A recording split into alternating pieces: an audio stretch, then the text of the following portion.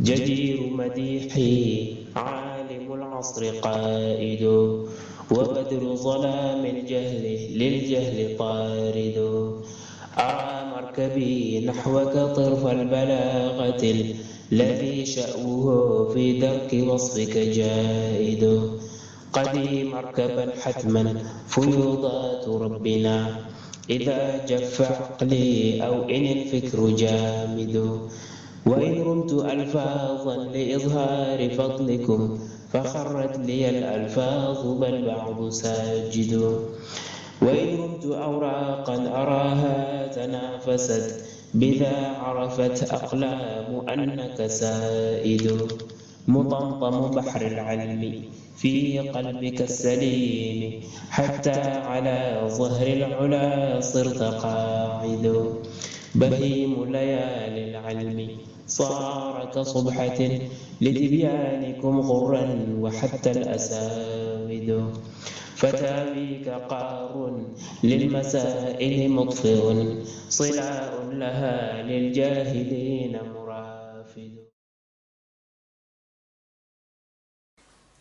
بسم الله الرحمن الرحيم. الحمد لله رب العالمين، والصلاة والسلام على أشرف المرسلين سيد الأولين والآخرين، سيدنا وحبيبنا وشفيعنا ونبينا ومولانا محمد وعلى آله وصحبه أجمعين، ورضي الله تعالى عن قطب العارفين وإمام الصديقين مولانا أبي العباس أحمد بن محمد التجاني وخلفائه المهتدين وأهل طريقة الفائزين الرابحين. أما بعد، قال سيدي العلامة العارف بالله الشيخ الأكبر والمجاهد الأشهر الكبريت الأحمر شيخ سيدي الحاج عمر بن سعيد الفوتي الطوري القدوي رضي الله تعالى عنه وأرضاه وعنا به في كتابه النفيس لما حزب الرحيم على نحور حزب الرجيم الإسناد المتصل في أول الكتاب إليه في الفصل الأول، بالإسناد المتصل في أول الكتاب إليه وفي لواقح الأنوار القدسية في العهود المحمدية.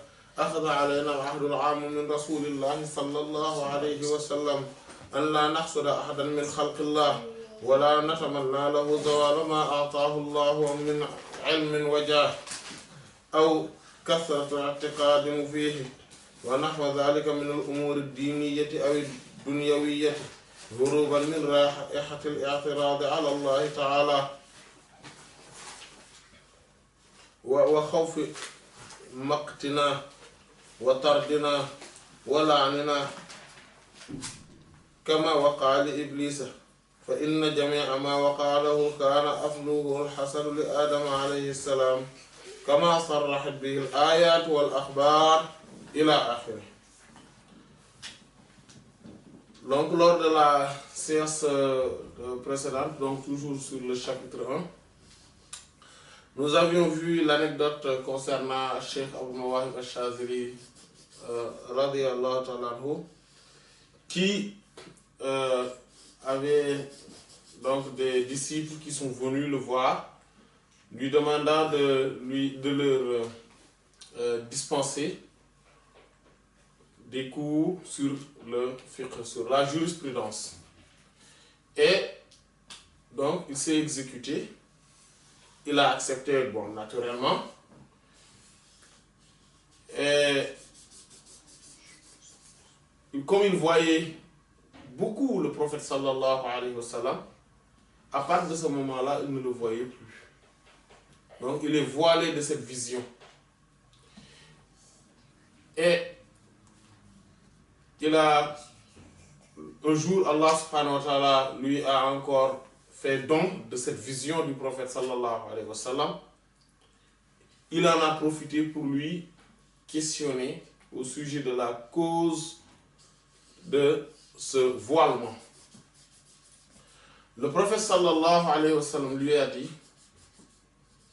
c'est à cause de ton enseignement du fiqh, de la jurisprudence.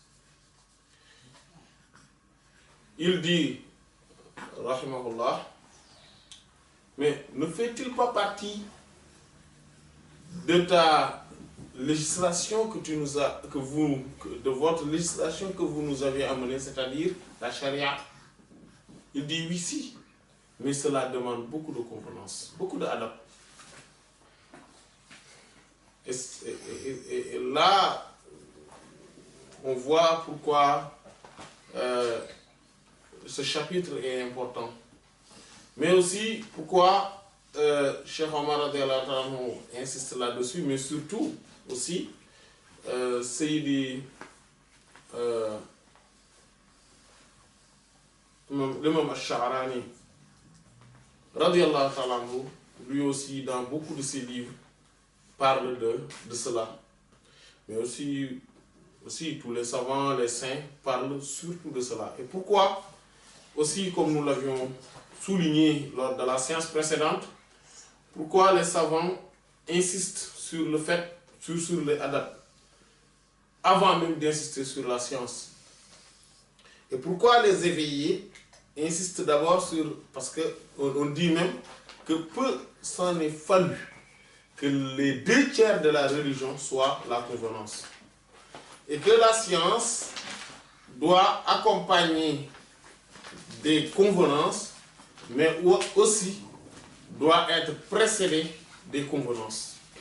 C'est pour cela que quelqu'un qui dispense un enseignement dans n'importe quel domaine dans la religion doit d'abord dispenser un cours sur les convenances, sur l'importance de la science, sur l'importance des convenances qui accompagnent la science et qui les précèdent aussi.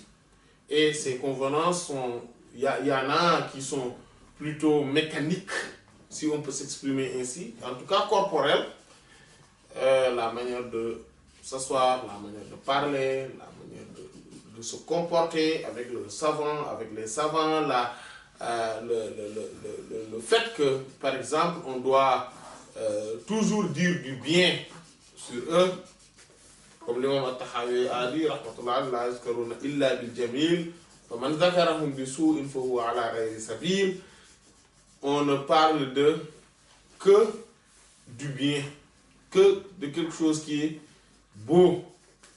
Et celui qui parle de quelque chose qui n'est pas bien, qui est mauvais et qui n'est pas si beau que ça, n'est pas dans le chemin véritablement.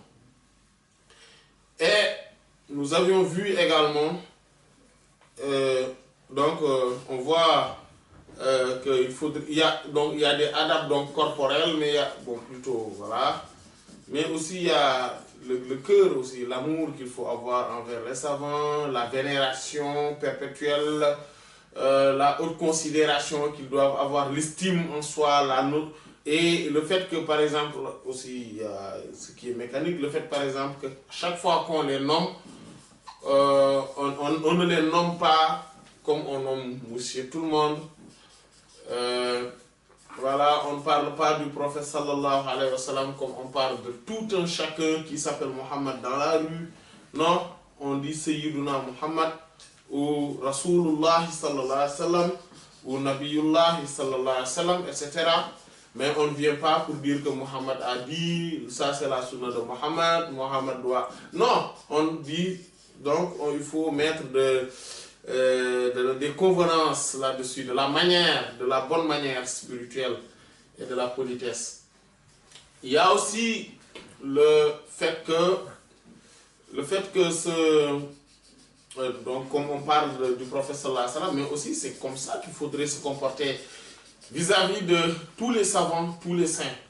Par exemple, on ne dit pas Abdul Qadir al-Jilani était allé quelque part. Non, on dit Sayyidi Abdul Qadir al-Jilani et on dit radiyallahu ta'ala anhu wa rahimahullah. Voilà. On ne dit pas Al-Ghazali, Abu Hamid al-Ghazali, etc. Non, on dit Al-Imam ou bien Hujjatul Islam, Abu Hamid al-Ghazali, rahimahullah wa radiyallahu anhu. Voilà, c'est-à-dire qu'il faudrait mettre de la manière là-dessus. Et aussi, quand on les nomme, il faudrait aussi formuler l'invocation ou la prière qu'il faut. Voilà. Si par exemple, si c'est le prophète, on dit sallallahu alayhi wa sallam. Les prophètes alayhi salam wa alayhi salatu wa salam. Voilà, on parle de sallallahu alayhi wa sallam aussi, alayhi salam, etc. Et les anges aussi. Voilà. De même que quand on parle des compagnons, on dit radiyallahu anhu. On ne dit pas, par exemple, on ne vient pas pour nous parler de dire que oui, Omar a fait telle chose, a dit telle chose. En fait, c'est comme si on parlait de quelqu'un, de monsieur tout le monde, alors que non, Sayyiduna Omar, radiyallahu anhu, a dit, ou a fait, voilà, ainsi de suite. Et pour les savants, on dit, c'est-à-dire que les autres générations, on dit rahimahullah, même si on peut remplacer rahimahullah par radiyallahu anhu et vice-versa. Sinon, pour les vivants aussi, on dit hafizahullah, ou ayyadahullah, ou nasarahullah, voilà, pour dire qu'Allah les sauve, les préserve, les garde, les aide, les assiste, etc. Mais il faudrait toujours formuler, parce que sans eux, la religion ne parviendrait jamais à nous de manière intacte, impeccable comme elle est. Voilà. Donc c'est grâce à eux qu'Allah subhanahu wa ta'ala, en tout cas c'est à travers eux qu'Allah subhanahu wa ta'ala a préservé cette religion et l'a fait parvenir à nous. Donc on les doit considération, estime, mais aussi invocation. On ne peut pas... le minimum, c'est une invocation à l'endroit. Donc cela demande beaucoup d'adab, le fait d'enseigner le fait, parce qu'on cite les noms, on parle des gens, et il faudrait savoir comment le faire. Il y a aussi beaucoup d'autres adab qu'il faudrait, voilà, le fait de ne pas se mettre en colère contre les savants parce qu'ils ont adopté un avis différent de ceux du sien. Voilà. Il faudrait avoir donc cette tolérance, cette ouverture d'esprit, ce cœur ouvert, qui accepte tous les avis, même si on adopte un parmi tous ceux-ci, parce qu'on ne peut pas adopter tous les avis en même temps. Voilà. Mais quand même, il faudrait avoir le cœur qui est ouvert, propre, pur envers tous les savants et envers tout le monde, tout simplement. Voilà. Quelqu'un qui, au début de son cheminement, s'exprime mal vis-à-vis des savants ou vis-à-vis de monsieur tout le monde, tout simplement. Le fait qu'il parle mal, il insulte, il dit que monsieur tel a dit cette chose, mais en utilisant des mots ou des termes qui sont durs, en utilisant des expressions qui sont fortes pour décrier ou plutôt pour dénigrer les propos des autres savants, celui-ci en étant disciple, en étant novice, ayant cette attitude, risque d'avoir cette même attitude quand il deviendra un savant. Et donc risque de transférer ces mauvaises manières ou ce manque de convenance, de respect et de bienséance à ses disciples, à ses élèves, ultérieurement. Donc c'est pour cela qu'il est important que dès le début, on apprenne, dès le début, comment parler, comment se comporter, comment agir envers les savants. Et c'est ce qui fait que, donc au fur et à mesure, on arrive à bien parler, on arrive à bien se comporter, et aussi on est épargné par conséquent des maux, des méfaits en tout cas,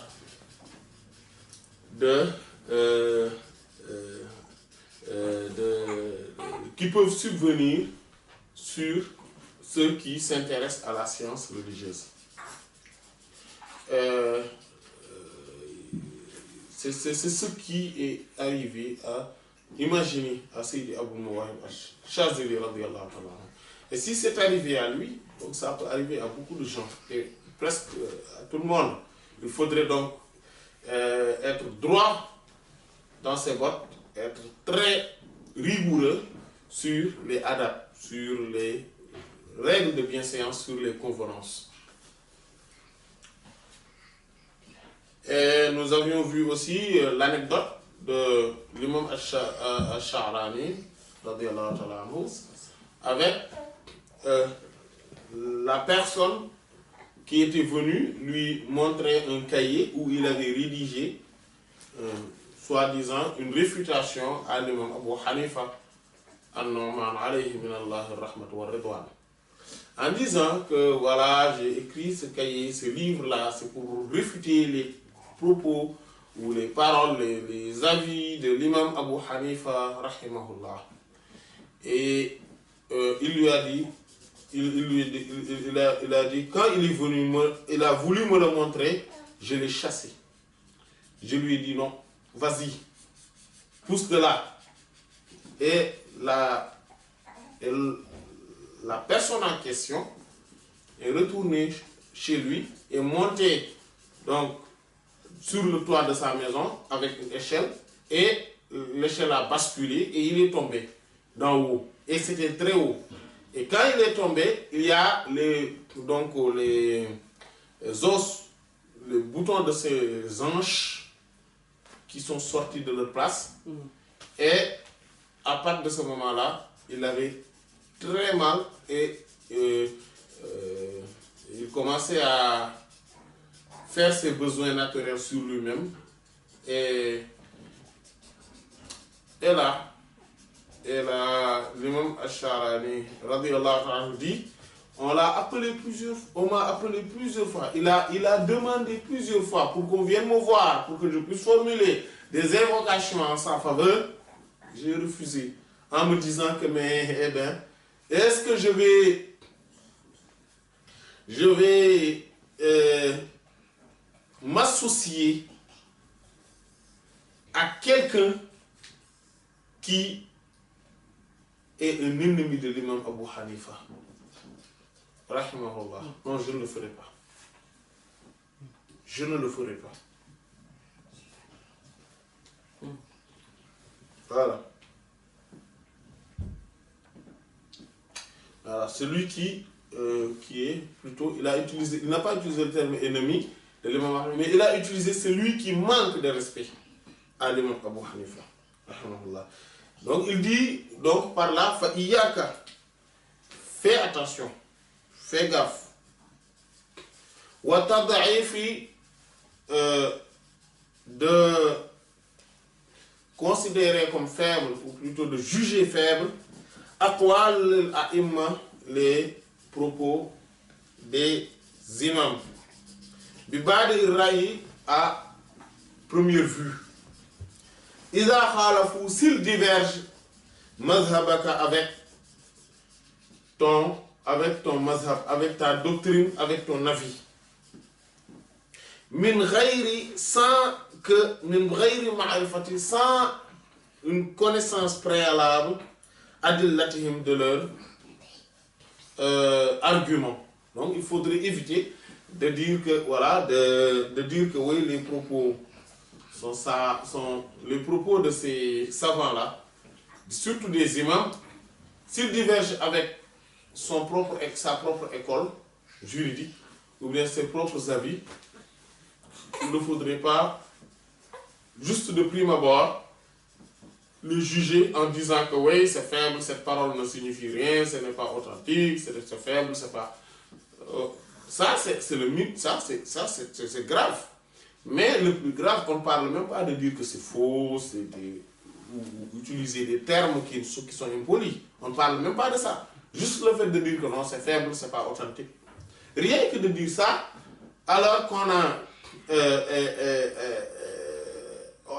n'a même pas pris la peine de voir c'est quoi leur argument, c'est quoi leur dalil, leur argument à partir du Coran et de la Sunna, et à partir et comment et qu'est-ce que les autres savants en disent, qu'est-ce que les autres imams en disent, est-ce qu'ils sont en désaccord avec son argumentaire et pourquoi,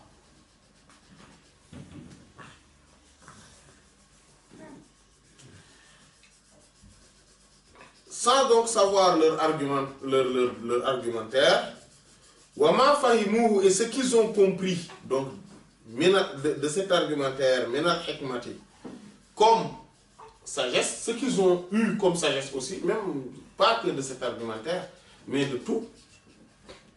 Wa shahadu, et qu'ils ont témoigné minal asrari, parmi les secrets. Ce qu'ils connaissent comme les secrets divins, ce qu'ils voient, ce qu'ils témoignent, ce qu'ils ont compris, la compréhension extraordinaire qu'Allah subhanahu wa ta'ala les a donnée, les a octroyés avec la sagesse qu'Allah subhanahu wa ta'ala fait don de qui il veut et que eux, ils en sont dépositaires. Ils en sont dépositaires. Donc, ces gens-là, c'est-à-dire ces grands imams-là, on ne peut pas nier leurs propos tant qu'on n'a pas tout cela. Donc, c'est pour cela qu'il ne faudrait jamais dire que la parole de l'imam tel est fausse. Non. On n'utilise pas ce terme-là quand on parle d'eux. On dit que cet imam-là a tel avis. Les autres savants tel. Ils ont tel avis et voici les argumentaires. Cependant, ce qui semble être le plus proche, ou plutôt le plus recevable, c'est la parole de l'imam. Voilà, tel. Et Allah en sait davantage. Jamais dire ta parole de tel imam est fausse. De toute façon, ne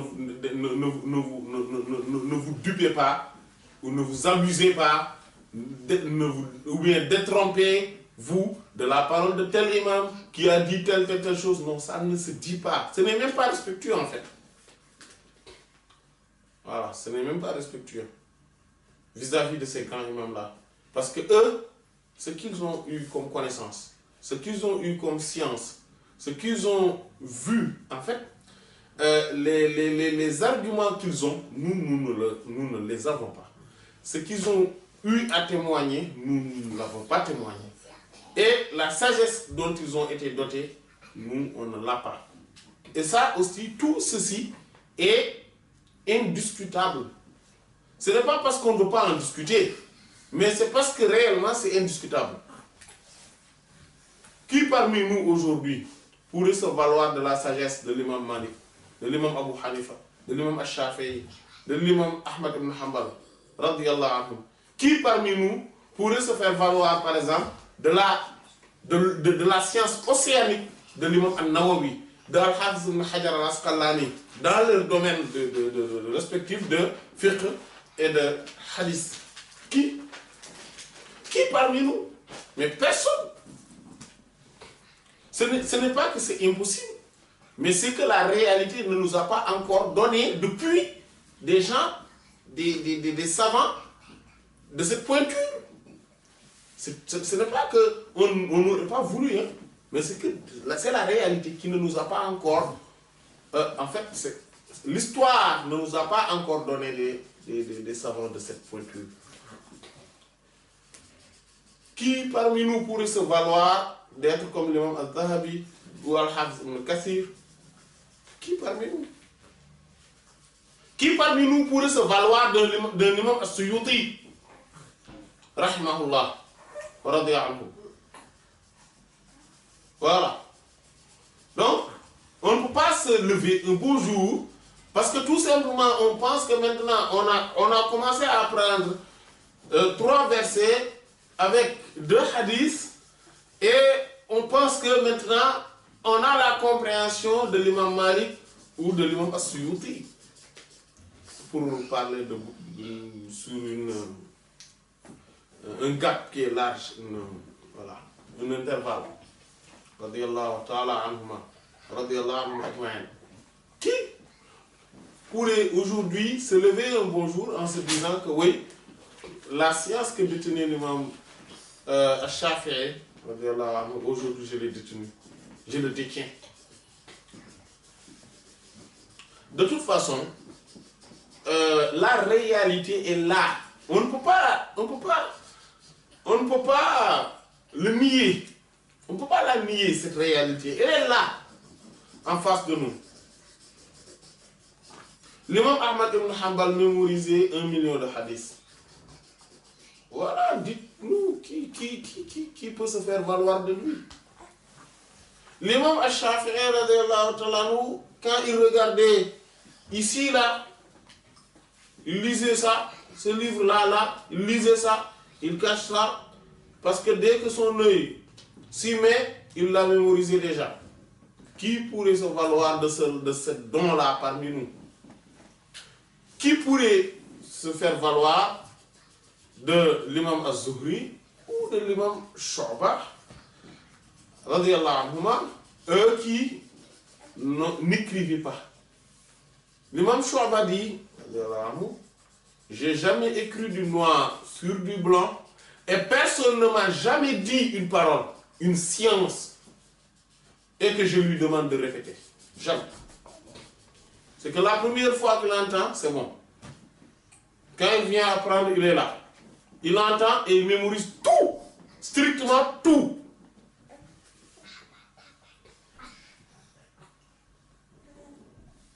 Voilà.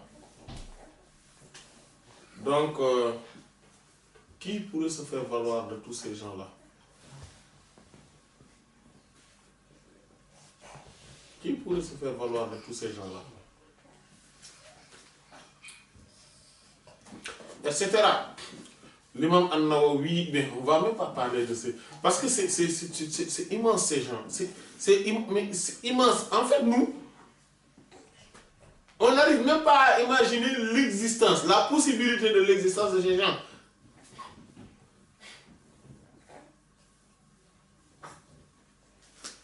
Et il faudrait savoir aussi qu'il y a toujours des gens qui sont valeureux, qui sont d'une très grande pointure et qui ont beaucoup mémorisé et ont beaucoup de sagesse, et Allah subhanahu wa ta'ala les a fait donc aussi de beaucoup de discernement et de dévoilement.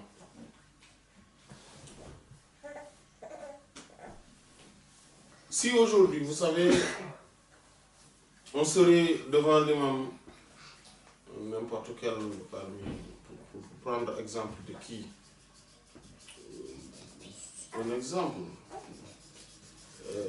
l'imam Suyuti, ou l'imam Al-Nawawi, ou Al-Ghazali, etc., l'imam Ibn Al-Arabi, Al-Qurtubi, etc., rahmatullah alayhim. On ne pourrait même pas se faire valoir de leur... On ne pourrait même pas se dire que oui, on peut être leur disciple. Et apprendre de... A fortiori, essayer de les rivaliser. Donc, il faudrait avoir cette humilité-là et savoir que eux, ils sont dans un degré, dans un rang, mais qui dépasse et sincèrement, hein, qui dépasse notre entendement. C'est pour cela qu'on n'arrive pas à comprendre mais qui ils sont réellement. C'est parce que nous, notre entendement même refuse leur existence. C'est pour ça que on ne peut pas, en fait, on ne peut pas les saisir. On ne peut pas les saisir. Leur réalité nous échappe mais complètement. Donc, vaut mieux être plus humble. Rien que ce qu'ils ont écrit là, rien que parfois certains de leurs livres, et pas tout, hein, certains juste de leurs livres, nous sommes incapables de le lire et de le reproduire. Nous sommes incapables de le lire et de le reproduire. Nous sommes incapables de dire que oui, il a écrit. On prend un savant, on dit que voilà, un parmi eux. C'est ça ses propos, c'est ça son livre. Je vais rédiger un autre livre de ce genre. Rien que cela, parfois, on est incapable. Nous sommes dans l'incapacité de le faire. Et on se permet de les critiquer. On se permet de les dénigrer. Et on se permet de dire oui, voilà, tel imam. Et on se permet parfois même de les coller des gros mots.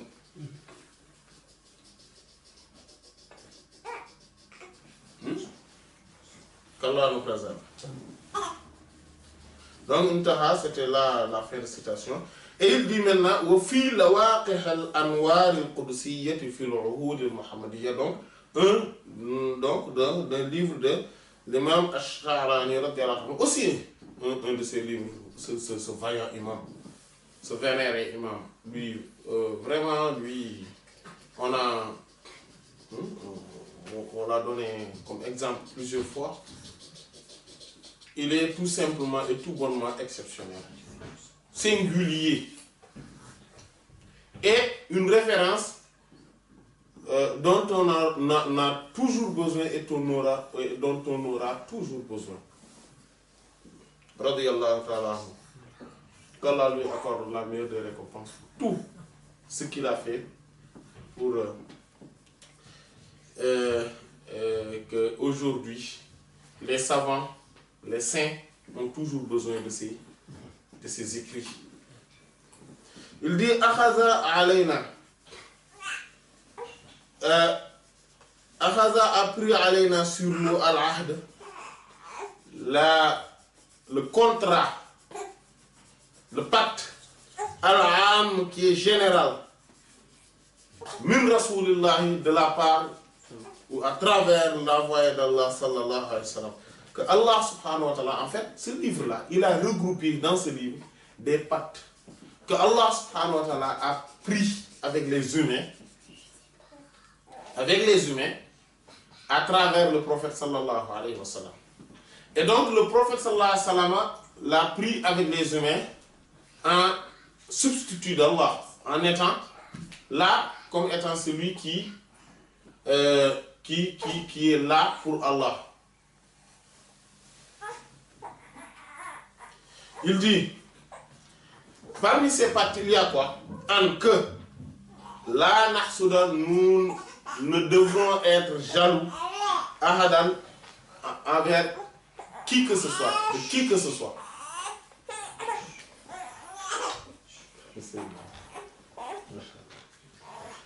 Donc, nous devrons être jaloux envers qui que ce soit. Min khalqillah, parmi les créatures d'Allah. Donc parmi toutes les créatures, nous devrons avoir jamais de jalousie. C'est quoi la jalousie? La jalousie, c'est le fait qu'Allah subhanahu wa ta'ala ait donné à quelqu'un un privilège ou une faveur ou une grâce, quelque chose de ce genre. Donc des bienfaits.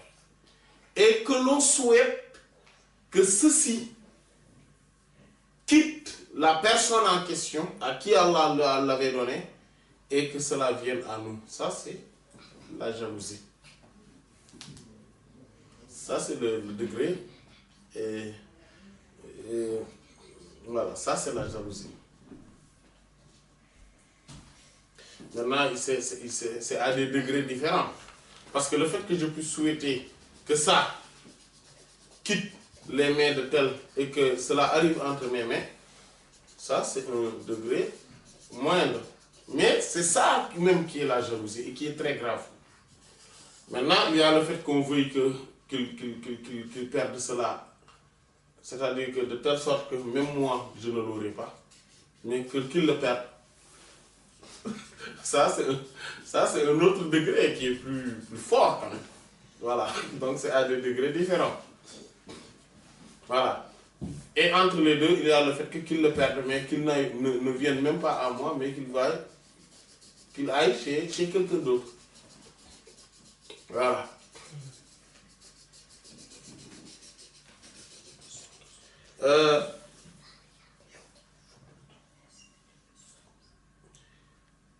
Donc, voilà natamanna, et qu'on ne convoitise pas le haut pour lui, zawala, la disparition, ma de ce dont Allah lui a donné. Donc, il ne faudrait pas aussi qu'on souhaite, qu'on convoitise ce dont Allah subhanahu wa ta'ala lui avait donné, qu'il le retire. Ça aussi, c'est pas bien. Donc, il y a ces deux-là que Allah subhanahu wa ta'ala a pris un pacte avec nous, autres musulmans, et à travers le prophète sallallahu alayhi wa sallam, que nous ne devons être jaloux envers personne et que nous ne devrions jamais avoir envie que les bienfaits qu'Allah subhanahu wa ta'ala a donnés à quiconque que ce soit, que cela quitte, que cela quitte ses mains. Jamais. Et il dit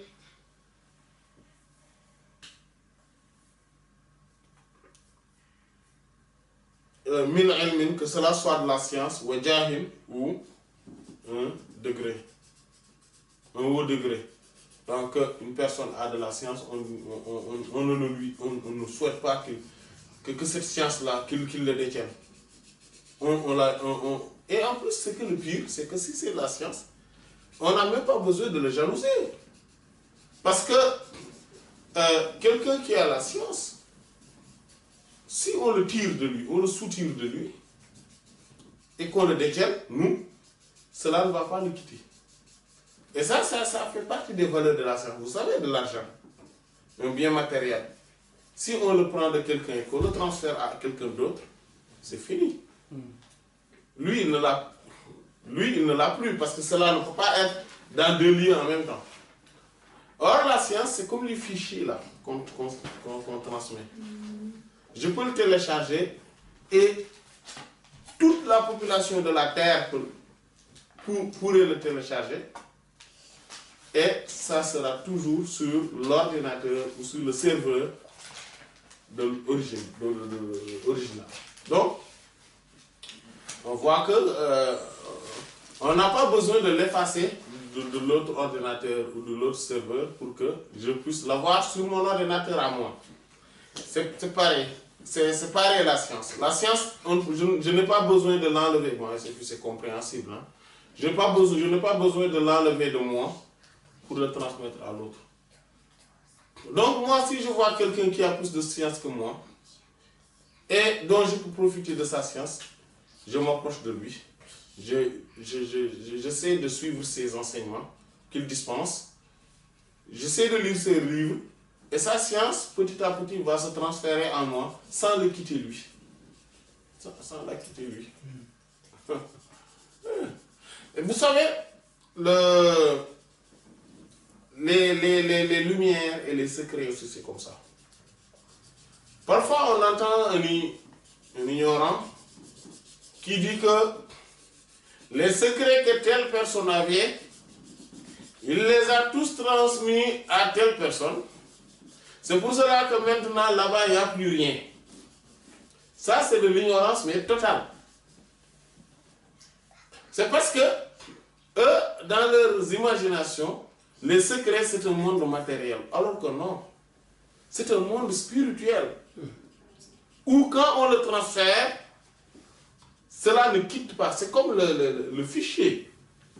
Si j'ai un fichier que je veux vous transmettre, je n'ai pas besoin de l'enlever totalement de mon disque dur. Non, je le transmets tout en ayant le cœur tranquille que tout le contenu est toujours avec moi. Dans mon disque dur. Voilà, c'est ça les secrets aussi. Et les lumières aussi.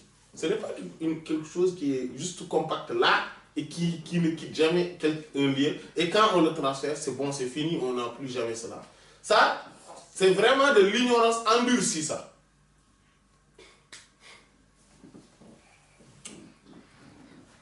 Et il dit donc, quand quelqu'un a de la science ou un degré, un haut degré, un haut rang, que ce soit dans la spiritualité, que ce soit une notoriété sociale, etc., il ne faudrait pas qu'on souhaite que cela le quitte. Il ne faudrait pas qu'on le souhaite pour lui qu'il soit déchu.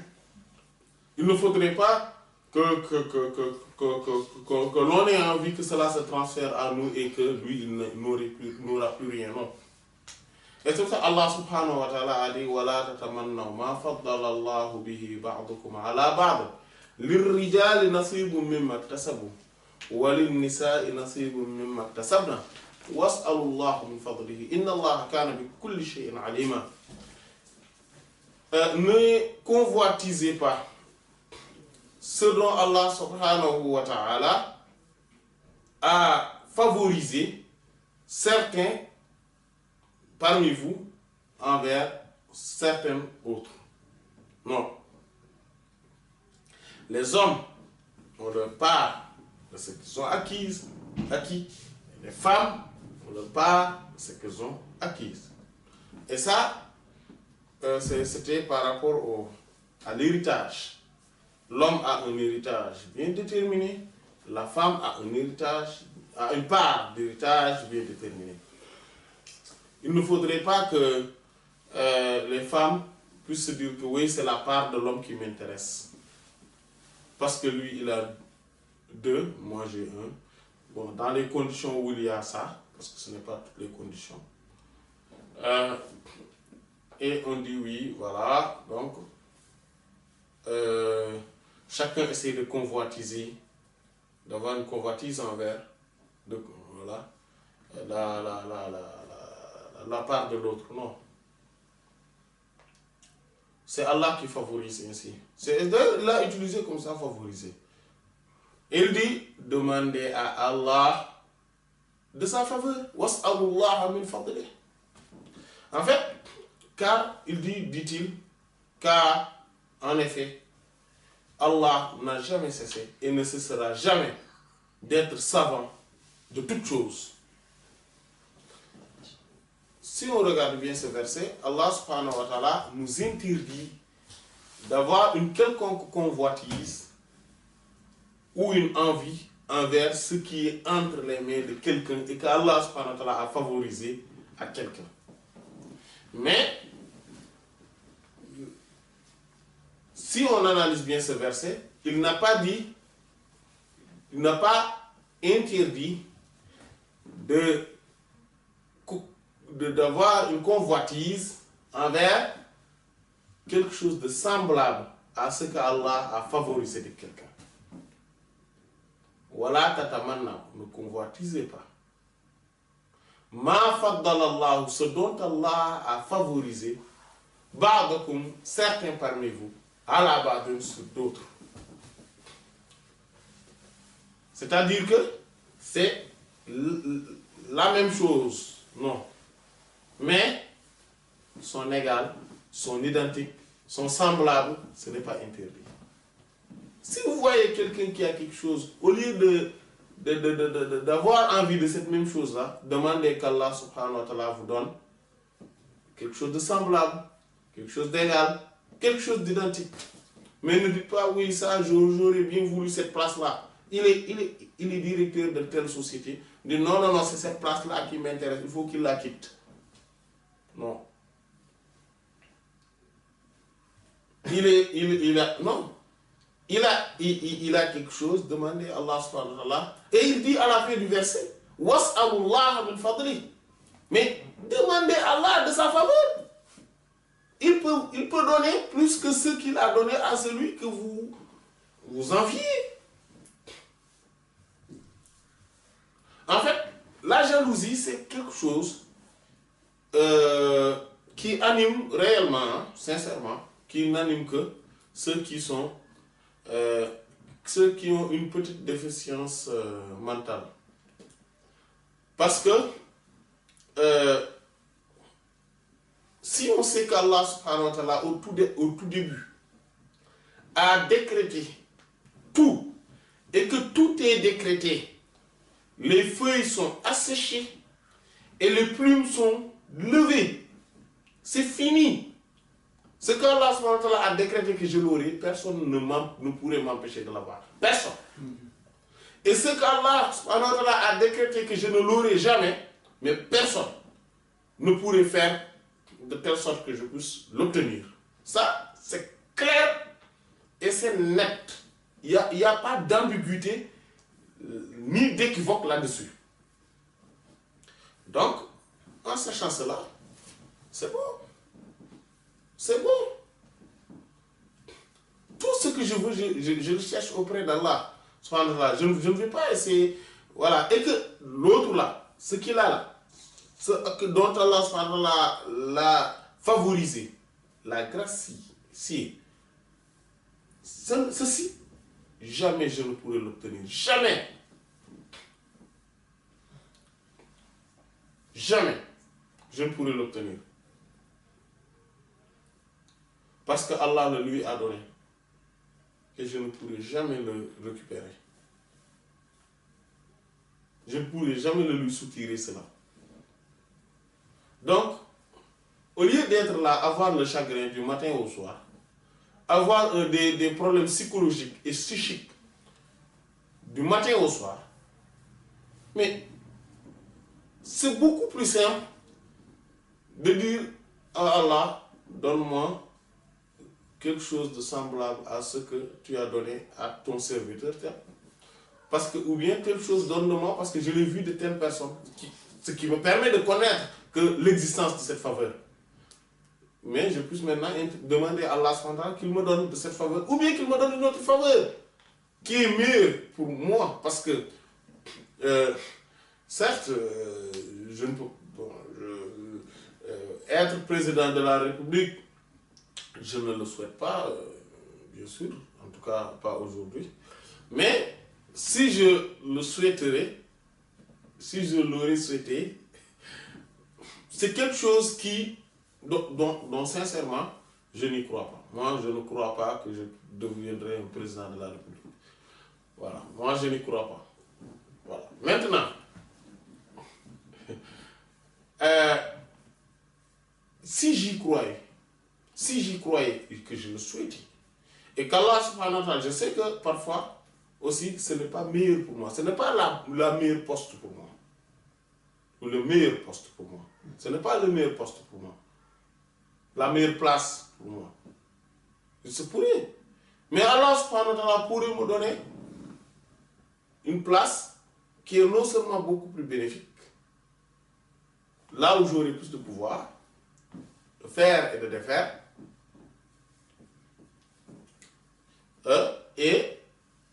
et pourtant, je ne serai pas président de la République, mais j'aurai cette place, comme par exemple être le président de FMI. Là, c'est encore plus... Je ne suis pas président de la République, mais je suis président de l'FMI. Mais bon, vous savez, c'est juste un exemple pour dire que je peux souhaiter quelque chose. Parce que les gens souhaitent être président de la République, les politiciens là. Et pourtant, s'ils n'obtiennent pas cela, donc ils n'ont pas... Ça ne sert à rien de trop envier ceux qui sont et de leur souhaiter un échec ou une déchéance. Pourquoi ? Parce que si on ne devait jamais être président, on ne serait jamais. Et il pourrait avoir un poste qui est beaucoup encore meilleur et plus paisible, avec moins de responsabilités. Donc, voilà, il y a tout cela en fait. Il y a tout cela. Dans le domaine de la sainteté aussi, c'est pareil. On ne peut pas, tout le monde ne peut pas être le poule, mais imaginez-vous quelqu'un, quel est un plus grand malheur que de jalouser le poule. Ça, on ne peut pas imaginer un malheur plus grand que ça. Etc., etc. Donc, il faudrait juste... et vous savez, ça, il dit, si ça on le fait, il dit wa khawfi maqtina. Et ça on le fait en ayant peur ou de notre déchéance, ou en tout cas du courroux d'Allah subhanahu wa ta'ala sur nous. Wa tardina, et de notre exclusion, wa la'nina, et de notre malédiction. C'est-à-dire que il faudrait qu'on ait, parce que le fait de jalousie un homme d'Allah, un homme de Dieu, ou même une créature, quiconque, parce qu'il dit les créatures d'Allah, cela pourrait nous amener à une exclusion définitive de la présence divine, à une malédiction et à une déchéance, à un courroux d'Allah subhanahu wa ta'ala. Ça, il ne faudrait jamais le perdre de vue. Et vous savez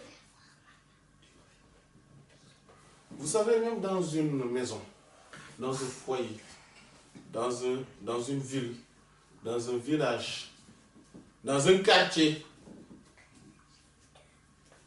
dans une école, dans une association, s'il y a quelqu'un qui jalousie un autre, Allah subhanahu wa ta'ala va faire de il ne le rattrapera plus jamais. Il ne le rattrapera, mais plus jamais. Et ça, ce sont les règles historiques. En fait, toute l'histoire nous montre cela. En fait, ça, il n'y a pas de règles établies comme ça par A plus A égale B, mais les réalités historiques nous le montrent. On le voit ça. Et tout le monde pourrait faire l'expérience. À chaque fois, même vous voyez dans un quartier, il y a deux savants. L'un des savants jalousie l'autre, essaie de salir sa réputation, etc. Vous allez voir qu'Allah subhanahu wa ta'ala va élever encore davantage l'autre et va rabaisser encore davantage celui qui est dans ses manœuvres. Dans une maison, c'est comme ça. On voit dans une maison des frères. Hein, et on voit qu'il y a quelqu'un dans la fratrie qui veut l'échec des autres. Vous allez voir, l'autre va toujours avancer et les autres vont toujours être en décadence. Et l'autre, lui, va toujours être en décadence. C'est ça, ça va être toujours comme ça. Ah oui. Ou en tout cas, à un moment donné, ce sera ça, à la fin. À la fin, même, ce sera ça. Et c'est comme ça. Allah subhanahu wa ta'ala, c'est ainsi qu'il a organisé, qu'il a fait cette vie. Et ce qu'il explique, c'est qu'il est exclu, il est déchu.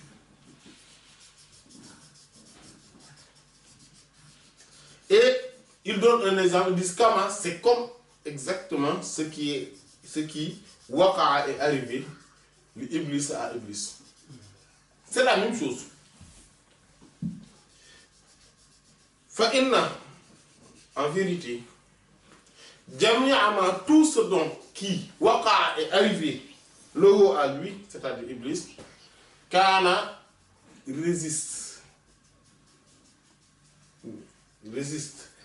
Asluhu, son origine, al-hasad, la jalousie, les Adam envers Sayyidina Adam alayhi salam, paix sur lui.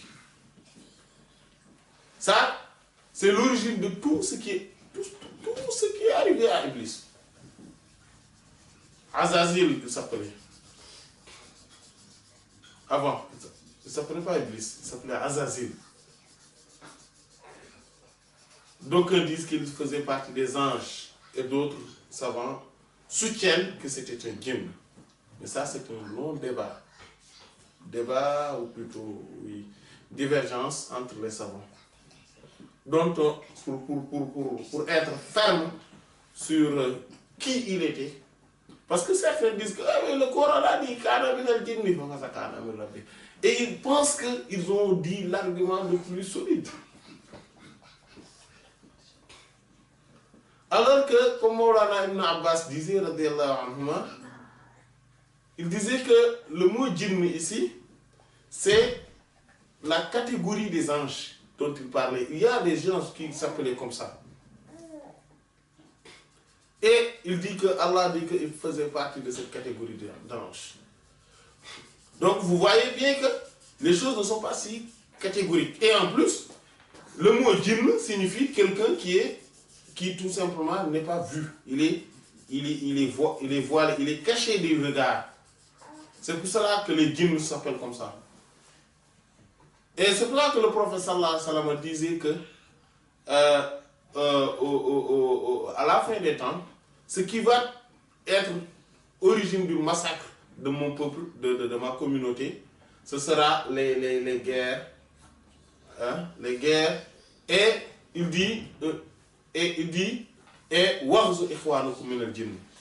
Donc l'autre, le grand massacre aussi, c'est quoi? L'hécatombe, il dit, c'est le fait que la pénétration dans les corps de vos frères parmi les djinns, c'est-à-dire parmi ceux qu'on ne voit pas, c'est-à-dire les microbes. Les microbes, parce qu'il va dire que ce sont les causes des maladies qui va faire c'est ce qu'on appelle les épidémies. Et c'est le terme. C'est quoi l'épidémie? Ça consiste au fait qu'il y a vos frères parmi les djinns qui vous pénètrent. C'est-à-dire vos frères en tant que serviteurs d'Allah. Parmi ceux qu'on ne voit pas. Parmi les créatures, ce sont les microbes, comment on les appelle? Les virus, etc. Donc le terme djinn aussi signifie qu'on c'est pour ça là al-jannat. Le jardin, c'est le jannat. C'est ça. Ça vient de jannat. Falamma janna alayhi al-layl. Et quand, par exemple, le Coran le dit, quand la lumière, la nuit maintenant arrive et le voile, c'est-à-dire le couvre. Voilà, le couvre. Toute chose qui est couverte, c'est pour al-janin, c'est-à-dire celui qui est dans le ventre de sa maman, le fœtus, l'embryon.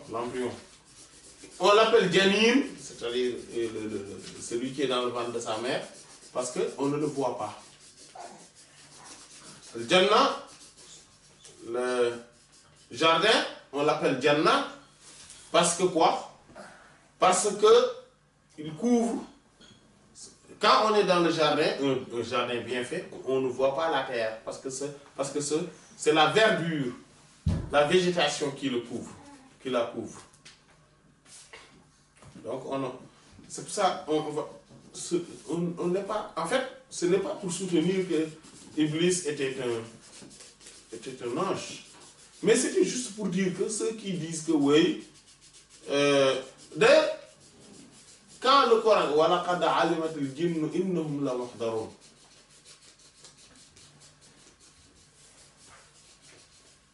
وَجَعَلُوا بَيْنَهُ وَبَيْنَ الْجِنَّةِ نَسَبًا. Vous voyez, Allah dit, ils ont fait entre lui et il a utilisé le mot jinnat. Il a fait entre eux, ils ont fait, c'est-à-dire les associateurs, ils ont fait entre eux, entre Allah et ceux, les jinnatu, et on va voir c'est quoi les jinnatu. Il dit, ils ont fait entre eux, nasaban, un lien de parenté. Et le mot jinna là-bas, dans ce verset-là, c'est les anges que ça se. C'est les anges qui sont visés par ce verset. Parce que eux, c'est les anges qui disaient que ce sont des filles d'Allah. Voilà. Al-Malaïkat. Alladhina huma 'inda ar-Rahmani inasa. Eux, ils disaient que c'est ces anges-là. Il disait, il soutenait que ces anges-là, il disait que c'est des filles, c'est les filles d'Allah. Vous voyez? Donc, ce n'est pas si, c'était juste pour dire que ce n'est pas si évident que ça. Il ne faut pas croire que les savants ont divergé pendant des millénaires et que, ou plutôt les grands savants ont divergé au début dans le tafsir. Donc pour parler de Iblis, est-ce que c'est un ange ou c'est un djinn? Si c'était quelque chose d'évident, parce que le Coran l'a dit, considérer que cela est si évident que cela ne correspond pas à la réalité de la divergence des savants sur le statut d'Iblis, en tout cas de son origine, si c'était un ange ou c'était un djinn. Donc ce n'est pas toujours pour, comme nous venons de le dire, pour dire que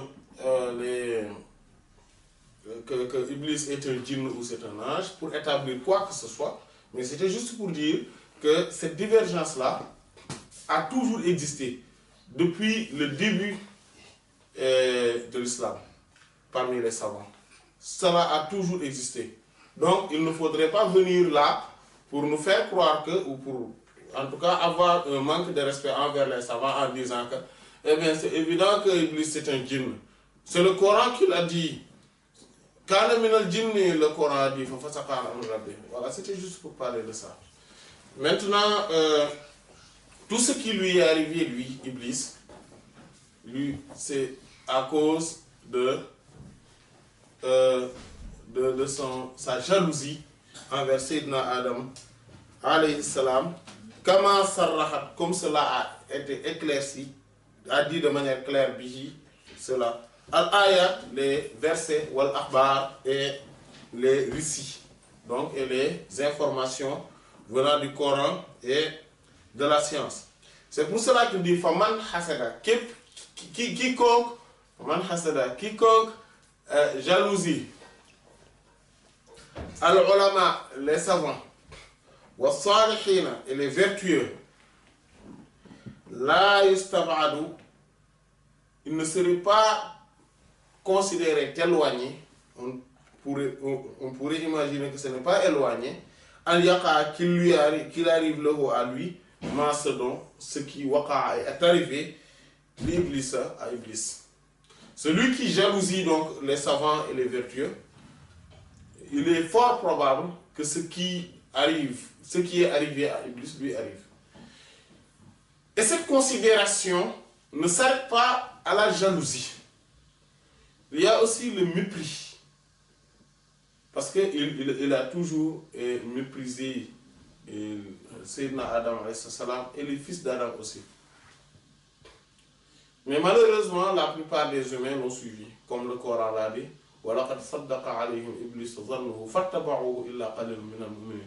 Et en vérité, certainement, très certainement, Iblis a certifié, a vérifié, a rendu avéré sa mauvaise opinion sur eux, c'est-à-dire les fils d'Adam, et raison pour laquelle ils l'ont tous suivi, sauf rares parmi les croyants, ceux qui croient. Donc c'est pour ça que aussi on va peut-être revenir, Inch'Allah, lors des séances à venir, de la séance à venir, sur le statut de cette jalousie et le mépris. Et il n'y a pas que ça, parce que le comportement de Iblis ne s'est pas arrêté sur la jalousie, mais il y a la jalousie, il y a le mépris, il y a l'orgueil, comme le Coran l'a dit, Abba wastakbara, il a refusé, mais aussi il s'est enorgueilli. Donc il y a aussi l'orgueil, il y a aussi le fait de penser qu'on est meilleur, l'infatuation. Voilà, c'est-à-dire l'auto-émerveillement. Il s'est considéré comme étant vraiment quelqu'un d'important et de considérable. Et d'intéressant. Il a cru aussi que à cause de ses origines, il est meilleur que Sayyidina Adam, alayhi salam. Donc tout ça, on va revenir lors de la séance à venir, Inch'Allah, pour en parler. Mais que la source de tout cela était la jalousie. C'est pour cela que quand on n'a pas le cœur pur et qu'on est jaloux, c'est pour ça que la jalousie c'est extrêmement grave. Parce que quand on est jaloux, on est foudroyé également par tous ces tous ces vices qu'Allah nous préserve par la haute considération de Sayyidina Adam alayhi salam. Wallahu ta'ala a'lam wa sallallahu ala sayyidina Muhammadin wa ala alihi wa sahbihi ajma'in.